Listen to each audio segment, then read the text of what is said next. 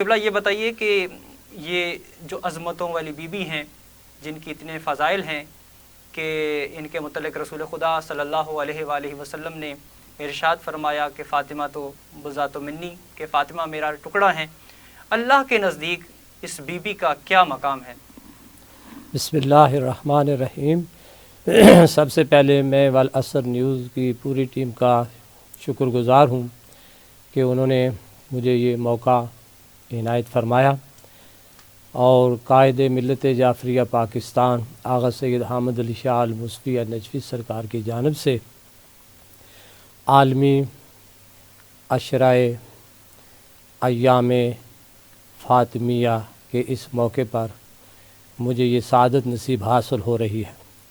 حضرت فاطمۃ الزہرا سلام اللہ علیہا کا بارگاہ الہی میں وہ تنہا مقام اور مرتبہ ہے جو کائنات کی کسی خاتون کو نصیب نہیں ہے۔ سبحان اللہ، سبحان اللہ۔ اور آپ اندازہ فرمائیں اس بات سے کہ بہت ساری پاک بیبیاں جن کا تذکرہ اللہ تعالی نے قرآن مجید میں فرمایا، سبحان اللہ، ان سب بیبیوں سے بلند تر مقام بنت رسول خدا صلی اللہ علیہ وآلہ وسلم سبحان کا اللہ، سلام اللہ علیہ۔ اس بی بی کا مقام آپ یہ سمجھیں کہ قرآن کی بہت ساری آیات بی بی کے کردار کی نشاندہی کرتی ہیں۔ بے شک بے شک، سبحان اللہ۔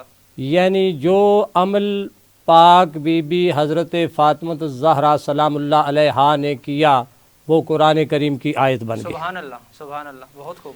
بالفرض صورت دہر ہے، اور اس میں وَيُطْعِمُونَ الطَّعَامَ عَلَىٰ حُبِّهِ مِسْكِينًا وَيَتِيمًا وَأَسِيرًا، یہ آیت در بطول ہی پر نازل ہوئی ہے، سبحان اللہ، اور بی بی پاک کی شان ہی میں نازل ہوئی سبحان ہے۔ اللہ۔ اگر بی بی چادر تطہیر کے نیچے آتی ہیں تو صورت الاحزاب میں اللہ تعالیٰ ارشاد فرماتا ہے انما یرید اللہ لیذھب عنکم الرجس اہل البیت ویطہرکم تطہیرا۔ سبحان اللہ۔ اسی طریقے کے ساتھ اگر پاک بی بی میدان مباہلہ میں جاتی ہیں تو قرآن کریم کی آیت نازل ہوتی ہے، قرآن کریم کی آیت نازل ہوتی ہے کہ یہ بی بی اتنی مقدس بی بی ہے کہ اس بی بی کے بغیر مباہلہ کی فتح ہوتی ہی نہیں ہے۔ سبحان اللہ، سبحان اللہ۔ یعنی مباہلہ کی فتح کا صحرا بھی بی بی پاک کے سر پر ہے۔ سبحان اللہ۔ اب اس بات سے آپ اندازہ لگائیں، یہ بی بی جو چاہتی ہے وہی کچھ اللہ چاہتا ہے، واہ واہ واہ واہ واہ، جو چاہتی ہے وہی کچھ اللہ چاہتا ہے۔ اگر بی بی کی خواہش ہوئی ہے اور بی بی نے اپنے بچوں کو کہہ دیا ہے کہ تمہارے کپڑے درزی کے پاس ہیں، تو اللہ نے دیر نہیں لگائی بلکہ خزائن جنت کو حکم دیا کہ فوراً 2 لباس لے کر بی بی کے دروازے پر پہنچو، اور اگر دکل باب ہونے کے بعد کوئی پوچھے کہ کون ہے تو یہ نہ کہنا کہ میں فلاں فرشتہ ہوں، بلکہ یہ کہنا میں حسنین کا درزی کپڑے لے کر آیا ہوں۔ سبحان اللہ، سبحان اللہ۔ اسی طریقے کے ساتھ بہت بلند مقام ہے خاتون جنت حضرت فاطمۃ الزہرا صلوات اللہ وسلام اللہ علیہا۔ میں نے پڑھا ہے کہ جب بی بی عبادت اور ریاضت میں بالکل محو توحید ہو جاتی تھی تو اپنے گھر کی طرف سے بھی ان کی توجہ ہٹ جاتی تھی، تو اللہ تعالیٰ آسمان سے فرشتوں کو نازل کرتا، کوئی فرشتہ حسنین کا جھولا جھلا رہا ہے، کوئی فرشتہ بی بی کی چکی پیس رہا ہے۔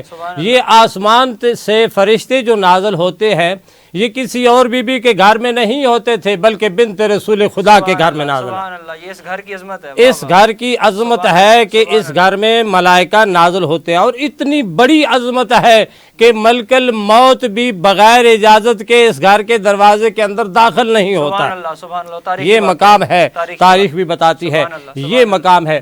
بہت ساری عظمت ہے خاتون جنت کی۔